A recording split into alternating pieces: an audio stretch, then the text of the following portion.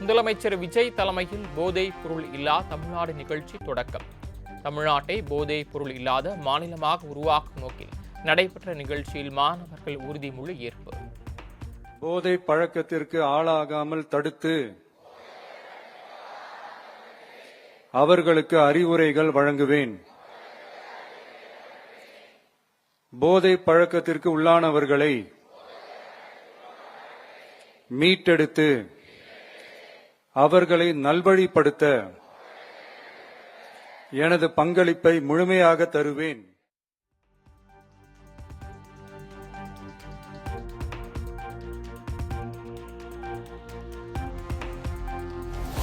போதைப் பொருள் தடுப்பு தொடர்பான விழிப்புணர்வு காணொலியை தொடங்கி வைத்தார் முதலமைச்சர் விஜய். போதைப் பொருட்கள் ஒழிப்பில் சிறப்பாக செயல்பட்ட காவல்துறையினருக்கு பதக்கங்களை வழங்கி விஜய் பாராட்டு. சுக்லா IPS அவர்களுக்கு மாண்புமிகு தமிழ்நாடு முதலமைச்சர் அவர்கள் பதக்கம் வழங்கி சிறப்பிக்கிறார்கள்.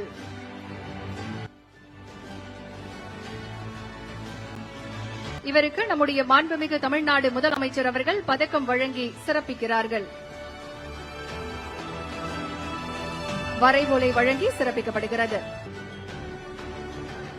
திரு லட்சுமணன் அவர்களுக்கு அவர்கள் பதக்கம் வழங்கி சிறப்பிக்கிறார்கள்.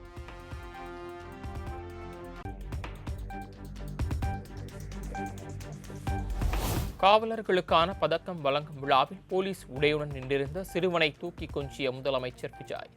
விழாவின் நிறைவில் பயனாளிகள் இளைஞர்களுடன் குழு புகைப்படம் எடுத்தும் உற்சாகம்.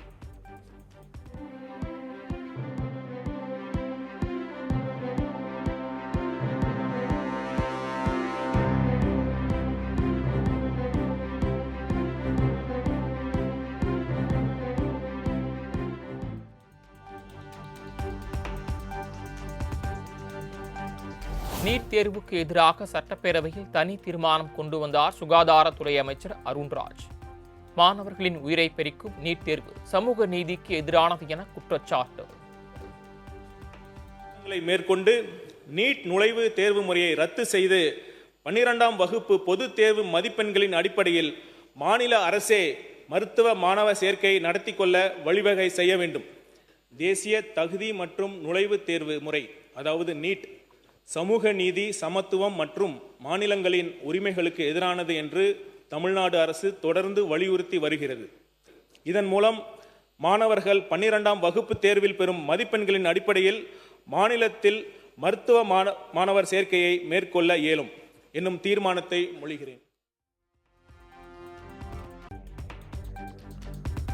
நீட் தேர்வு எல்லா மாநிலங்களிலும் கொண்டு வரப்பட்ட போது தமிழ்நாட்டுக்கு மட்டும் வராமல் தடுத்தது திமுக. சட்டப்பேரவையில் எதிர்க்கட்சித் தலைவர் உதயநிதி ஸ்டாலின் விளக்கம். பேரவைத் தலைவர்களே, இந்த நீட் தேர்வு இந்தியா முழுக்க கொண்டு வந்தாங்க.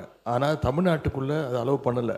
தமிழ்நாட்டுக்கு விதிவிலக்கு வாங்கி வைத்தவர் எங்களுடைய தலைவர் டாக்டர் கலைஞர் அவர்கள். அந்த பதிவு இருக்கு.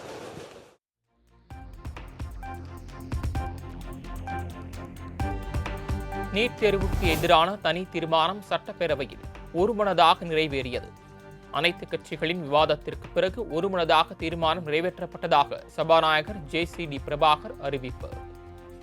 மாண்புமிகு மருத்துவம், மருத்துவ கல்வி மற்றும் மக்கள் நலத்துறை அமைச்சர் அவர்களின் தீர்மானம் பேரவையின் முடிவுக்கு விடப்படுகிறது. ஏற்போர் ஆம் என்க, மறுப்போர் இல்லை என்க. மறுப்போரே இல்லை என்று கருதுகிறேன். மறுப்போரே இல்லை. தீர்மானம் ஒருமனதாக நிறைவேறியது.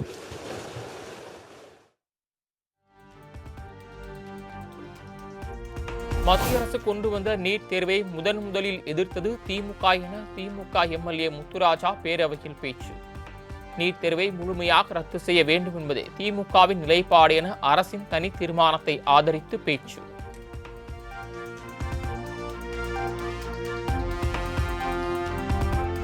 திமுக காங்கிரஸ் கூட்டணியில்தான் நீட் தேர்வு அறிமுகப்படுத்தப்பட்டதாக அதிமுக MLA OS மணியன் குற்றச்சாட்டு. நீட் தேர்விலிருந்து தமிழகத்திற்கு விலக்களிக்க கோரும் அரசினர் தீர்மானத்தை ஆதரிப்பதாக பேச்சு. படிப்பு மற்றும் மருத்துவ மேற்படிப்பில் சேர்வதற்கு நுழைவுத் தேர்வினை அறிமுகப்படுத்தியது. அன்று ஆட்சியில் இருந்தது காங்கிரஸ் திமுக கூட்டணி ஆகும். அனைத்து இந்திய அண்ணா திமுக நீட் எதிர்ப்பு கொள்கையில் உறுதியாக உள்ளது. இந்த அரசு மீண்டும் நீட் நுழைவுத் தேர்வை ரத்து செய்ய கோரும் அரசினர் தீர்மானத்தை ஆதரிக்கிறது.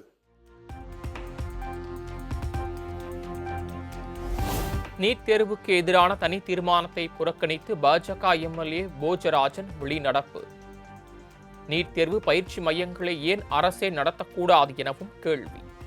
அதனால நம்ம அவங்களுக்கு இப்போ நீங்க சொல்ற இந்த பயிற்சி முகாம் எல்லாம் சொல்றீங்க, பயிற்சி முகாமை ஏன் அரசு நடத்தக்கூடாது? பயிற்சி முகாமை அந்த இடத்துல இந்த திருப்பூர்ல எல்லாம் பயிற்சி முகாம் எல்லாம் அரசு நடத்தி அவர்களெல்லாம் அந்த குழந்தைகளெல்லாம் ஊக்கப்படுத்தி இந்த மாதிரி அவங்களெல்லாம் வெற்றி பெற செய்திருக்கிறார்கள். இது எங்களுக்கு உடன்படாது என்றதனால் இதை நான் இந்த வாக்களிப்பில் கலந்து கொள்ளாமல் வெளிநடப்பு நடத்துகின்றேன்.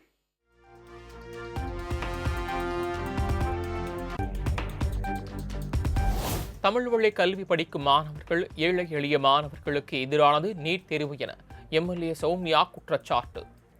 நீட் தேர்வுக்கு எதிரான தீர்மானத்திற்கு பாமக ஆதரவளிப்பதாகவும் பேரவையில் அறிவிப்பு. சமூக நீதிக்கு எதிரானது நீட் தேர்வு, அரசு பள்ளி மாணவர்களுக்கு எதிரானது நீட் தேர்வு, தமிழ் வழி கல்வி பயிலும் மாணவர்களுக்கு எதிரானது நீட் தேர்வு, ஏழை மாணவர்களுக்கு எதிரானது நீட் தேர்வு. அதனால் இந்த நீட் தேர்வு தமிழ்நாட்டுக்கு தேவையே இல்லை. நாம் எக்ஸம்ஷனும் வாங்கணும், சட்ட மசோதாவை சட்டமாக்க நாம் அனைவரும் ஒன்றாக பாடுபடும் என்று கூறிக்கொண்டு மாண்புமிகு மக்கள் நல்வாழ்வுத்துறை அமைச்சர் கொண்டு வந்த இந்த நீட் தேர்வுக்கு எதிரான அந்த தீர்மானத்திற்கு பாட்டாளி மக்கள் கட்சி முழு ஆதரவை தெரிவித்துக் கொள்கிறது.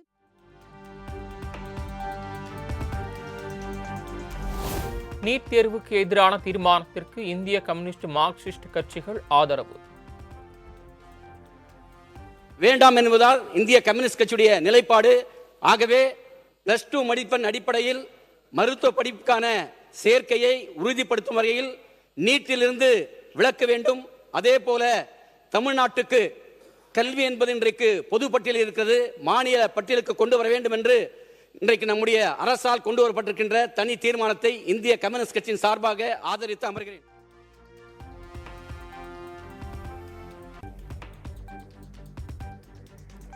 பாஜக எம்எல்ஏ தமிமுன் அன்சாரியும் நீட் தேர்வுக்கு எதிரான தீர்மானத்தை ஆதரித்து பேச்சு. ஆனால் இந்த அநீதிக்கு எதிராக சமூக நீதியின் தாயகமான தமிழ்நாட்டில்தான் முதல் போர் குரல் எழும்பியது. அந்த போர் குரல் தான் இன்று இந்தியா முழுக்க எதிரொலித்துக் கொண்டிருக்கிறது. இந்தியாவிலே பாஜக ஆளாத இதர மாநிலங்களிலே எதிர்க்கட்சிகள் எங்கெல்லாம் ஆட்சியில் இருக்கிறதோ அந்த ஆட்சியில் இருக்கக்கூடிய முதல்வர்களுக்கும் அனுப்பி இதே போன்ற ஒரு தீர்மானத்தை உங்கள் மாநிலங்களில் இருக்கக்கூடிய சட்டமன்றங்களிலும் நிறைவேற்றுங்கள் என்று வற்புறுத்த வேண்டும். அதிமுக அரசாக இருந்தாலும் சரி, திமுக அரசாக இருந்தாலும் சரி, இந்த விஷயத்திலே தெளிவான நிலைப்பாடு எடுக்கப்பட்டிருக்கிறது. அந்த வகையில் எடுக்கப்பட்டிருக்கக்கூடிய இந்த தீர்மானத்தை நான் வரவேற்கிறேன். இந்த அரசுக்கு நன்றியை தெரிவித்துக் கொள்கிறேன். நன்றி.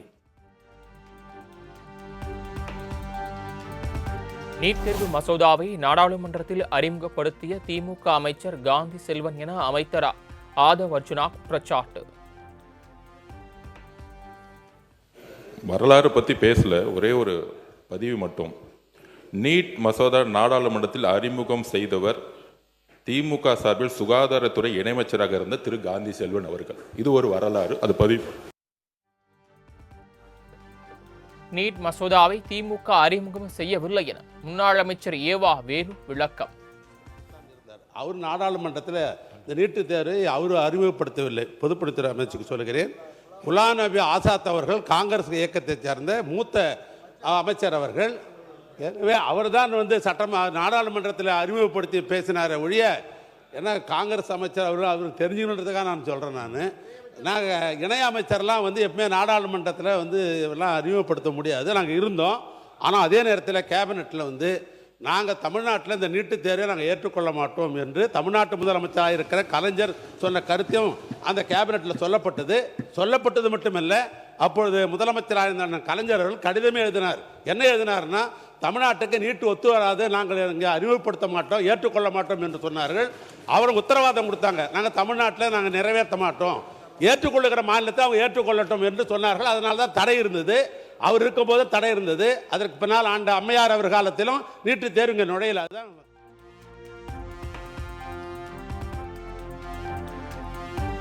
நீட்டுக்கு எதிரான தீர்மானத்தில் அரசியல் பேசாமல் நிறைவேற்றி தர வேண்டும். திமுக எம்எல்ஏ குற்றச்சாட்டுக்கு பொதுப்பணித்துறை அமைச்சர் ஆதவ் அர்ஜுனா பதில். இந்த தீர்மானத்தில் அரசியல் தேவையில்லை, ஒருமனதாக நிறைவேற்றும். இது மாணவர்களுடைய எதிர்கால பிரச்சனை. அதனால திமுக என்ன செய்தது, ஒன்றிய அரசியல் மத்திய அமைச்சராக இருக்கும்போது என்ன செய்தது, அதுக்குள்ள போக விரும்பல. இங்க அரசியல் பேச வேண்டாம், பழைய வரலாறை பத்தி பேச வேண்டாம். எல்லா உறுப்பினர்களும் தமிழகம் முதற்கொண்டு இங்க இருக்கக்கூடிய எல்லா கட்சிகளும் பிஜேபியை தவிர எல்லோரும் ஒரே நிலைப்பாடில் இருக்கிறோம். இந்த இடத்துல அரசியல் பேசாமல் இந்த தீர்மானத்தை திமுக வழிமொழிந்து ஒருமனதாக தீர்மானத்தை நிறைவேற்ற நினைக்கிறோம். இதற்கு மேல அரசியல் பேசினாங்கன்னா எங்க கிட்டையும் எல்லா ஆதாரங்களும் இருக்கு, நாங்களும் பேசுவோம். நான் சொல்றேன்,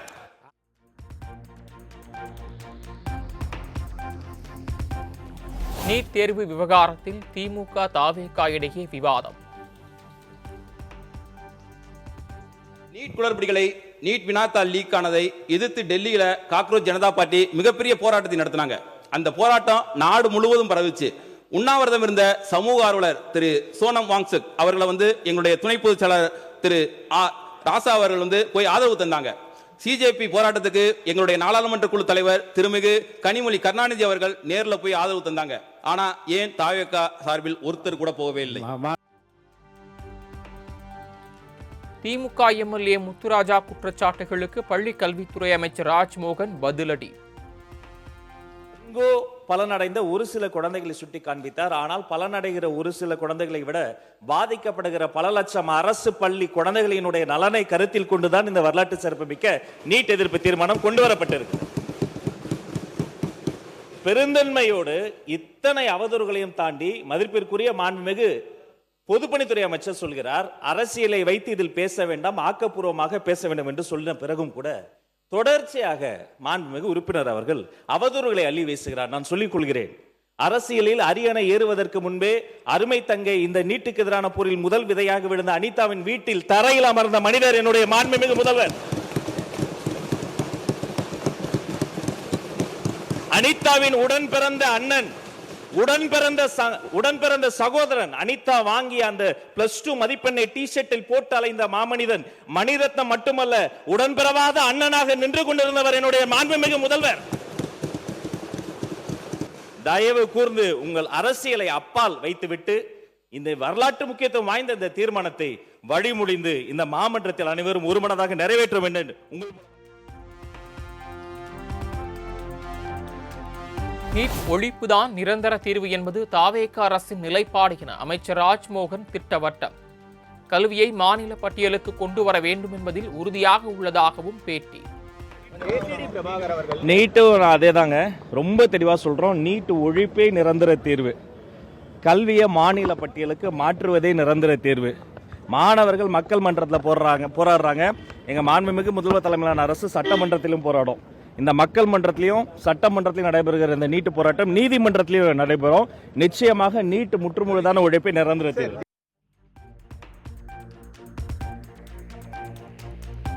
நீட் தேர்வால் தற்கொலை செய்த அனிதாவின் இறுதிச் சடங்கில் கடைசி வரை உடனிருந்து இறுதி மரியாதையை மேற்கொண்டவர் கேப்டன் விஜயகாந்த்.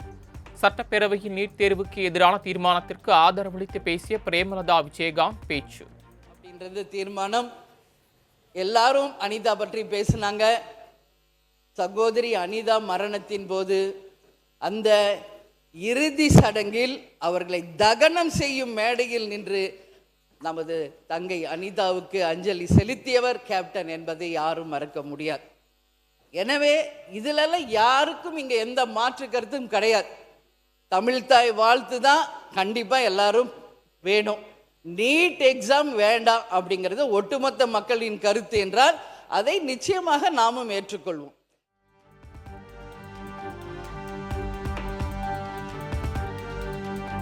மாணவர்கள் சமூகத்திற்கு இழுக்கு நேரக்கூடாது என்பதற்காக முதலமைச்சர் தீர்மானம் கொண்டு வந்துள்ளதாக அமைச்சர் விஸ்வநாதன் பேச்சு. டெல்லியில் மாணவர்கள் நடத்திய போராட்ட களத்தில் ராகுல் காந்தி நின்று கொண்டு இருந்தார் என கூறியதற்கு திமுக எதிர்ப்பு. அந்த நீட்டு தேர்வை எதிர்த்து காங்கிரஸ் பேரியக்கத்தினுடைய தலைவர், என் அன்பிற்கினிய தலைவர் ராகுல் காந்தி போராட்ட களத்திலே நின்று கொண்டிருக்கிறார் என்கிற ஒரு செய்தியை இதை நான் சொல்லுகிறேன். டெல்லியிலே நின்று கொண்டிருக்கிறார். உட்காருங்க. நீங்க திரும்ப எப்படி உறுப்பினர் இப்படி ஒழுங்கினமா நின்னீங்க, நான் நடவடிக்கை எடுப்பேன். உட்காருங்க, இதுக்கு உட்காருங்க, உட்காருங்க, சொல்லலாம், உட்காருங்க. என்ன சண்டைக்கு வரீங்களா அவரோட? உட்காருங்க, உட்காருங்க, உட்காருங்க.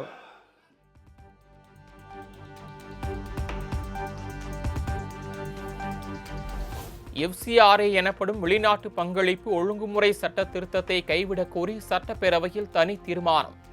திமுக, விசிக உள்ளிட்ட பல்வேறு கட்சிகள் ஆதரவுடன் தீர்மானம் நிறைவேற்றம். பள்ளிக்கல்வி, தமிழ் வளர்ச்சி, செய்தி மற்றும் விளம்பரத்துறை அமைச்சர்களின் தீர்மானம் பேரவையின் முடிவுக்கு விடப்படுகிறது. ஏற்போர் ஆம் என்க, மறுப்போர் இல்லை என்க. மறுப்போரை இல்லை என்று கருதுகிறேன். மறுப்போரை இல்லை. தீர்மானம் ஒருமனதாக நிறைவேறியது.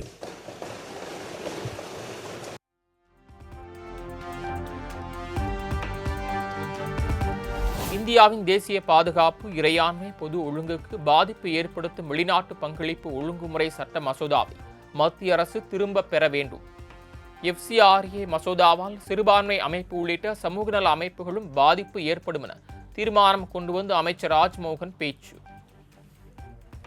எந்த ஒரு திருத்த மசோதாவும் இயற்கை நீதி, விகிதாச்சாரம், சொத்துரிமை பாதுகாப்பு, நியாயமான எதிர்பார்ப்பு மற்றும் கூட்டாட்சி தத்துவம் ஆகியவற்றை உறுதி செய்ய வேண்டும்.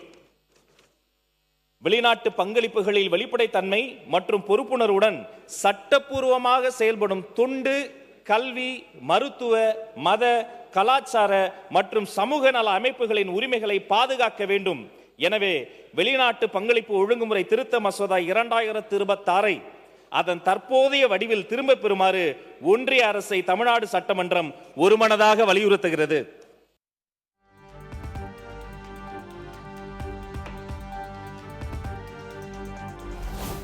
CBI, ED வழக்கு இருப்பதால் நீர்வளத்துறை அமைச்சர் ஆனந்த் தினமும் டென்ஷனாக இருப்பதாக எதிர்க்கட்சி தலைவர் உதயநிதி சாடல். கடந்த 5 வருடங்களாக தினமும் டென்ஷன் எங்களுக்கு என்று அதை ரிப்ளை செய்யும்போது நம்முடைய நீர்வளத்துறை அமைச்சரும் அதே சொல்லியிருக்கிறார். நாங்களும் தினமும் நிம்மதியாக எங்களும் தங்களால் தூங்க முடியல, தினமும் எங்களுக்கும் நிமிஷம் டென்ஷனாக இருக்கிறோம் என்று அவரும் சொல்லியிருக்கிறார். மீண்டும் அதை திருப்பி சொல்ல வேண்டாம் என்று கேட்டுக்கொள்கிறேன். ஏனென்றால் உங்களுக்கும் CBI வழக்கு இருக்கிறது, உங்களுக்கும் இன்கம் டேக்ஸ் வழக்குகள்லாம் தொடர்ந்து உங்களுக்கும் இருக்கின்றது. உதயநிதி விமர்சனத்திற்கு அமைச்சர் ஆனந்த் பதிலடி. எதிர்க்கட்சி தலைவர் அவர்களுக்கு நான் தெரிவித்துக் கொள்வதெல்லாம், CBI வழக்கு இருக்குதுன்றதெல்லாம் கரெக்டு தான். எங்களுடைய டென்ஷன், எங்களுடைய முதல்வர் தொகுதியில் என்ன பிரச்சனை, மக்கள் பிரச்சனை இருக்குது, அது உடனுக்குடன் பார்க்குறியான்னு கேட்டார்ன்றதுக்கோசம்தான் நான் உங்களுக்கு அப்படி சொன்னனே ஒழிய, நான் வேறு எந்த அர்த்தத்துலேயும் நாங்கள் எங்களை பயமுறுத்தியோ டென்ஷன் படுத்தியோ இல்லை. அவர் முதல்லாம் பார்த்தீங்கன்னா எங்கள் சட்டமன்ற உறுப்பினர்லாம் எப்போ எங்களுடைய தலைவர் பேசுவார்னு நினச்சிருந்தாங்க. இப்போ ஃபோன் வந்தாலே பயம் இருக்குது. ஏதாவது தொகுதியில் ஒரு சின்ன விஷயமா இருந்தால் கூட அதை ஏன் உடனே செய்யலைன்னு கேட்கக்கூடியவர் தான் எங்கள் முதல்வர் என்பதை தெரிவிச்சு.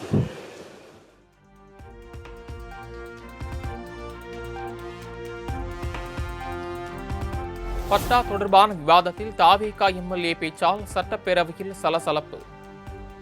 கன்னி பேச்சு கண்ணியத்தோடு இருக்க வேண்டும் என தாவேகா MLA சுகுமாருக்கு சபாநாயகர் அறிவுறுத்தல்.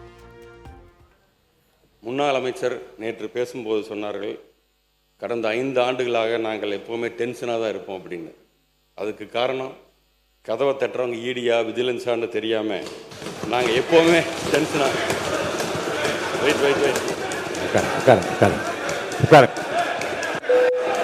இது எனது முதல் பேச்சு.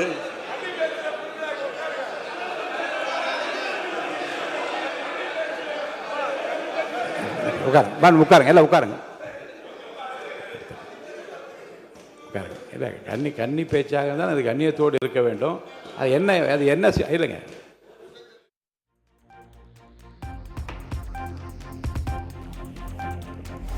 நிதிநிலை அறிக்கை மற்றும் வேளாண் நிதிநிலை அறிக்கையில் தாவேகாவின் தேர்தல் வாக்குறுதிகளில் ஒன்றாவது இடம்பெற்றுள்ளதா என OPS கேள்வி.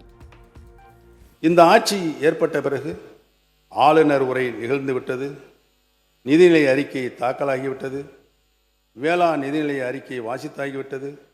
ஆனால் இவற்றில் எங்காவது ஆளும் அரசின் தேர்தல் அறிக்கைகளை நிறைவேற்றுவதற்கான அறிகுறிகள் தென்படுகிறதா?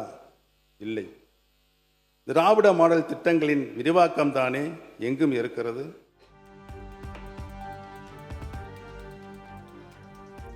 மாநில அளவு கடன் குறித்த ஓபிஎஸ்ஸின் குற்றச்சாட்டுக்கு நிதியமைச்சர் மரிய வில்சன் பதில்.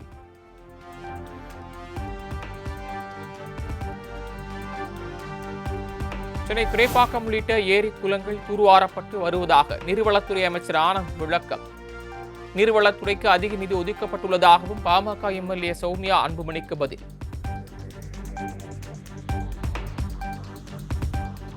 காவிரி ஆற்றில் 10 கிலோமீட்டர் தூரத்திற்கு ஒரு தடுப்பணை கட்டினால் தமிழ்நாட்டிற்கு 100 TMC தண்ணீர் கிடைக்கும்.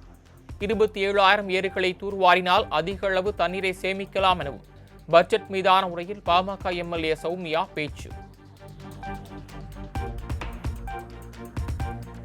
தாவேக அரசின் பட்ஜெட்டில் புதிய திட்டங்கள் எதுவும் இல்லாமல் மக்கள் ஏமாற்றம் தரும் பட்ஜெட்டாக உள்ளது. பட்ஜெட் மீதான விவாதத்தில் முன்னாள் முதலமைச்சர் OPS குற்றச்சாட்டு.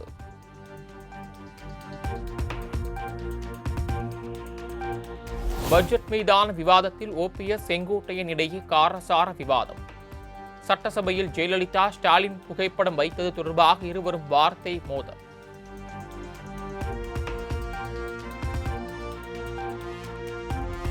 அறுபது ஆண்டு காலம் கழித்து கூட்டணி அமைச்சரவையில் காங்கிரஸ் இருப்பதை திமுக விரும்பவில்லை. உயர்கல்வித்துறை அமைச்சர் விஸ்வநாதன் காட்டம்.